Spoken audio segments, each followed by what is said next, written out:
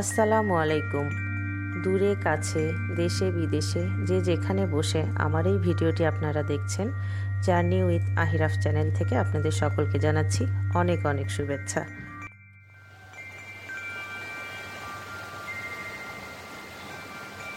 কয়েকদিন যে গরম পড়েছিল, কোনো ফ্যান এসির বাতাসেও যেন এই গরম যাচ্ছিল না, যতক্ষণ আল্লাহর রহমত নাজিল না হয়েছে। আল্লাহর রহমতের বৃষ্টি বাইরে পড়ছে, তাই আজকে ভেবে নিলাম একটু খিচুড়ি গরু মাংস করলে কেমন হয়।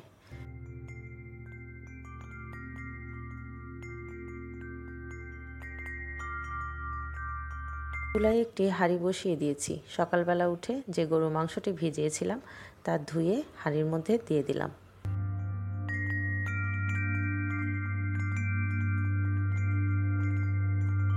এখন দিয়ে দিচ্ছি 2টি তেজপাতা, সামান্য পরিমাণ মতো লবণ,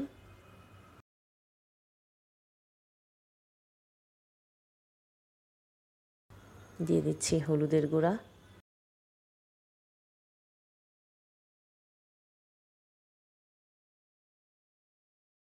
মরিচের গুঁড়া। আমি একটু ঝাল খেতে পছন্দ করি, আর যেহেতু গরুর মাংস একটু ঝাল না হলে কিন্তু ভালো লাগবে না। দিয়ে দিলাম আদা বাটা,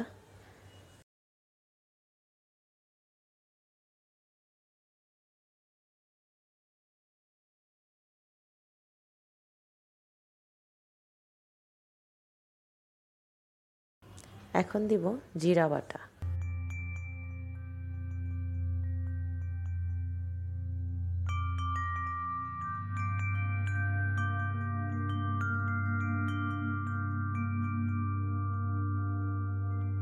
দিয়ে দিচ্ছি রসুন বাটা। রান্না করতে করতে আপনাদের সাথে সেই পুরনো কথাটি আরেকবার বলে নিচ্ছি। আমার এই ভিডিওটি যদি আপনাদের কাছে ভালো লেগে থাকে তাহলে লাইক, শেয়ার এবং সাবস্ক্রাইব করতে ভুলবেন না।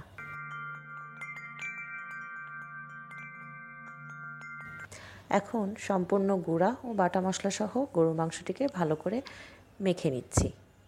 আপনি চাইলে এটা হাত দিয়েও করতে পারেন। এখন এর মধ্যে দিয়ে দিলাম পেঁয়াজ এবং সামান্য রসুন।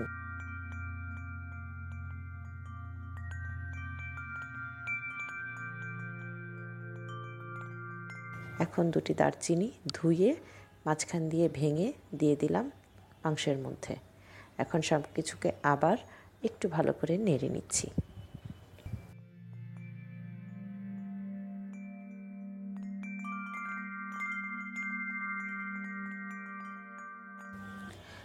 এখন দিয়ে দিচ্ছি তরকারির জন্য তেল। এখন সব কিছুকে আরেকবার ভালো করে খুন্তি দিয়ে মেখে নিলাম।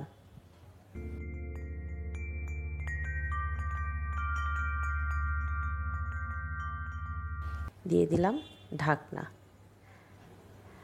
এখন পাশের চুলায় আমি একটু স্ট্যান্ড বসিয়ে 4টা ডিম সিদ্ধর জন্য দিয়ে দিয়েছি। ভাবছি শুধু গরু মাংস দিয়ে খাবো, একটু ডিম ভুনা করে নিই। ডিম বসিয়ে তাতে দিয়ে দিলাম লবণ। লবণটা এই জন্যই দিলাম তাতে ডিমগুলো তাড়াতাড়ি সেদ্ধ হবে এবং ফাটবে না। এখন গরু মাংসটি ঢাকনা উঠিয়ে দেখছি কতটুকু হয়েছে, একটু নাড়া দিয়ে দিলাম। গরু মাংস কিন্তু আমি আস্তে আস্তে জালে অনেক সময় নিয়ে রান্না করি। দিয়ে দিলাম কয়েকটি শুকনো মরিচ আস্ত। এখন দিয়ে দিচ্ছি এলাচ বাটা।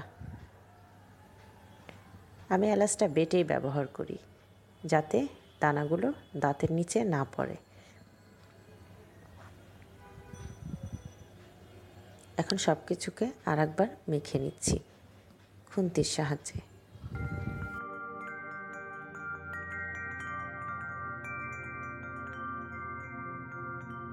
এখানে আমি নিয়ে নিয়েছি মাসকলাইয়ের ডাল, অনেকে এটাকে কলাইয়ের ডালও বলে থাকেন। সাথে নিয়েছি অল্প করে মসুরের ডাল। মসুরের ডালটাকে কলাইয়ের ডালের থেকে একটু বেশিই মনে হচ্ছে, কিন্তু সমপরিমাণ ছিল। এখন গরু মাংসের কড়াইটাকে আমি এই পাশের চুলায় নিয়ে এসেছি, একটু নেড়ে দিলাম। আমি কিন্তু মাংসে এখনও কোনো পানি দেইনি, গরুর মাংস থেকে পানি বের হয়ে গিয়েছে এবং সেই পানিতেই আমি মাংসটাকে অনেক সময় নিয়ে কষাচ্ছি। এখন আমি দিয়ে দিচ্ছি অল্প করে পানি। পাশের চুলায় একটি কড়াইতে মাংসের জন্য আলু ভেজে নিচ্ছি। আলু দিয়ে তার উপরে দিয়েছি লবণ ও হলুদ। এখন সব কিছু ভালো করে নেড়ে নিচ্ছি এবং আলুটাকে হালকা করে ভেজে নিচ্ছি। আলু ভাজা শেষ হলে এই কড়াইতেই আমি দিয়ে দিয়েছি ডিমগুলো এবং ডিমগুলোকে একটু তেলের উপরে হলুদ লবণের সাথে ভেজে নিয়েছি।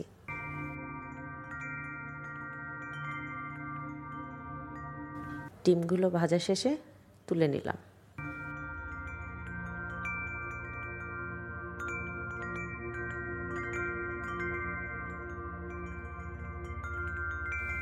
এখন ডিম ভুনার জন্য ওই তেলের উপরেই দিয়ে দিলাম পেঁয়াজ।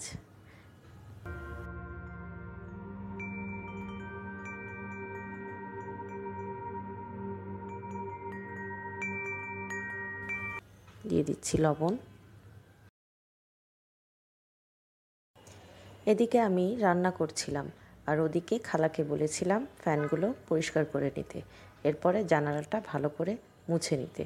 খালা কিন্তু অনেক সুন্দর করে জানালা মুছে। জানালার গ্রিল এবং জানালার কাচ দুটোই সাবান পানি দিয়ে খুব ভালো করে মুছে নর্মাল পানি দিয়ে ফ্রেশভাবে ক্লিন করে নেয়।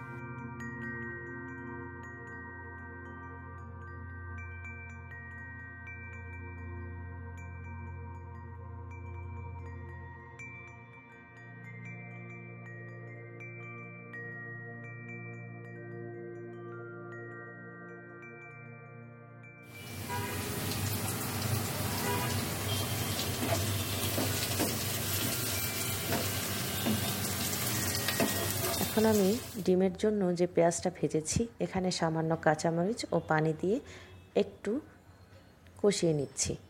দিয়ে দিলাম সামান্য হলুদ,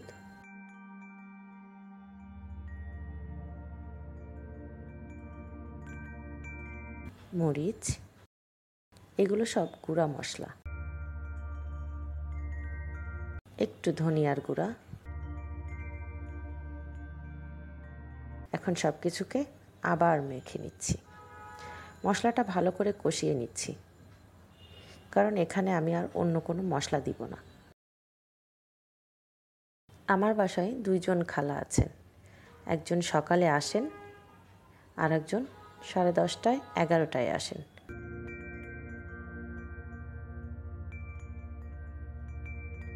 এখানে দিয়ে দিলাম ডিম,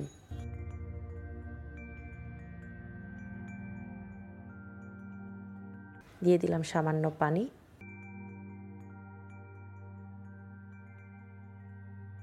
এখন রেখে দিলাম একটু পানিটা টেনে নেওয়ার জন্য।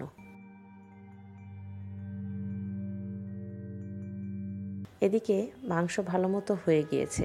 এখন এখানে দিয়ে দিব আলু।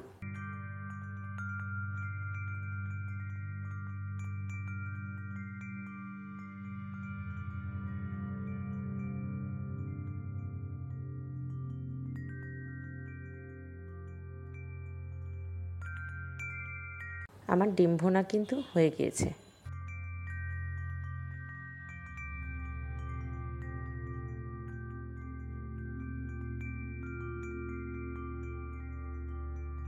এখন আমি ডিম নামিয়ে ওই চুলাতেই বসিয়ে দিলাম একটি হাঁড়ি খিচুড়ির জন্য।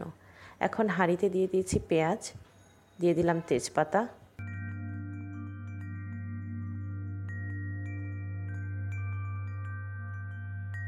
পেঁয়াজটাকে ভাজার জন্য দিয়ে দিলাম তেল,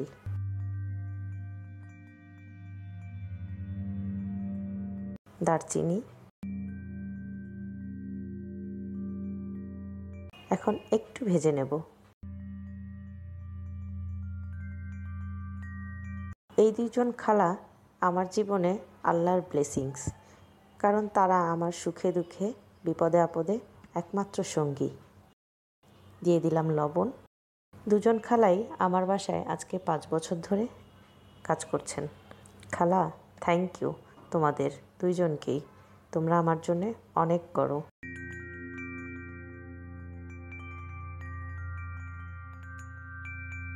দিয়ে দিলাম আদা বাটা,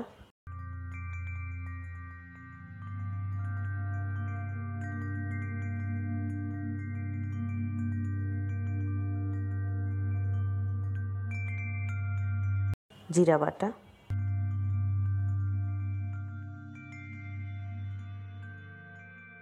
রসুন,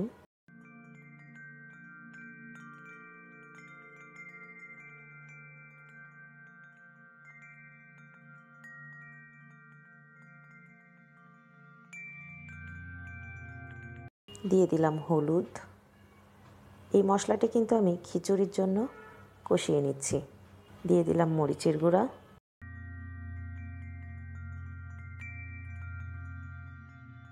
এখন সব কিছুকে ভালো করে কষাবো।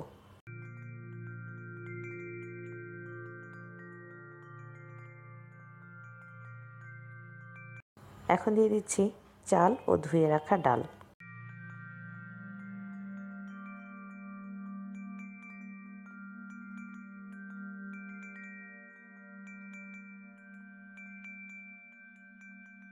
এখন সব কিছু ভালো করে নেড়ে নিচ্ছি এবং চালটাকে একটু মশলার সাথে ভেজে নিচ্ছি।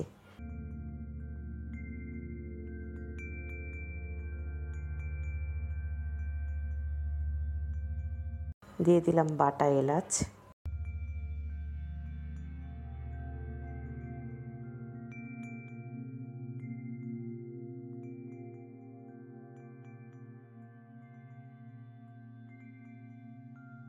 এখন দিয়ে দিচ্ছি চাল সেদ্ধ হওয়ার জন্য পানি।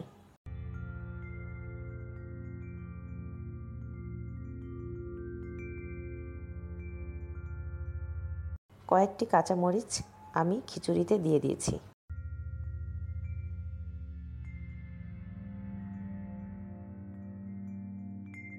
এখন ঢাকনা দিয়ে দেব। হয়ে গেল আমার আলু দিয়ে গরুর মাংস ও ভুনা খিচুড়ি। আজকের মতো এখানেই শেষ। দেখা হবে আগামী ভিডিওতে। আল্লাহ হাফেজ।